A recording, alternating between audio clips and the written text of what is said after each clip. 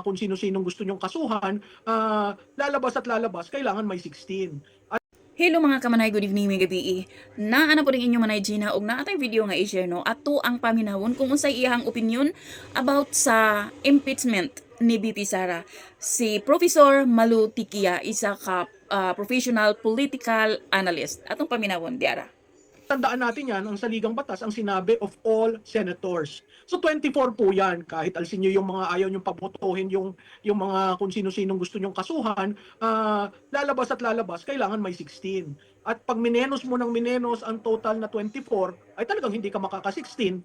Hindi ko alam kung ano yung mathematics na ginagamit nila, kung may 4 na aalsin dahil sa kaso, paano ko makaka-16 dyan? So talagang pipilitin ng lahat. At pag nakita yan ng taong bayan, alam mo, sa aking pananaw, magiging tipping point yan ginagawa nilang mga extension at kung ano-anong offer. Kasi galit na ang taong bayan.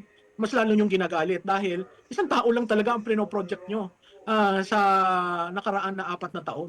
Ayun ako no, wala man jud pud tay alamag no. Ang aksepto na lang yun nato na wala tay mga knowledge about any mga impeachment. Ego ra gyud ta maminaw. No, so diri naka-learn ta nga sa impeachment di ay kailangan nila og 16 senators. Pero kung ipakulong nila ning uban og si Professor Malutikia pa dili jud kaabot og 16 votes. So, manghinaot nga dili ma-impeach no si BP Sara kay og ihapon og ingon pa si Professor Malutikia og ihapon wala jud dili jud kaabot og 16. Mao siguro na nga na ay plano na ay plan B no ang kaning Marcos administration. So, grabe.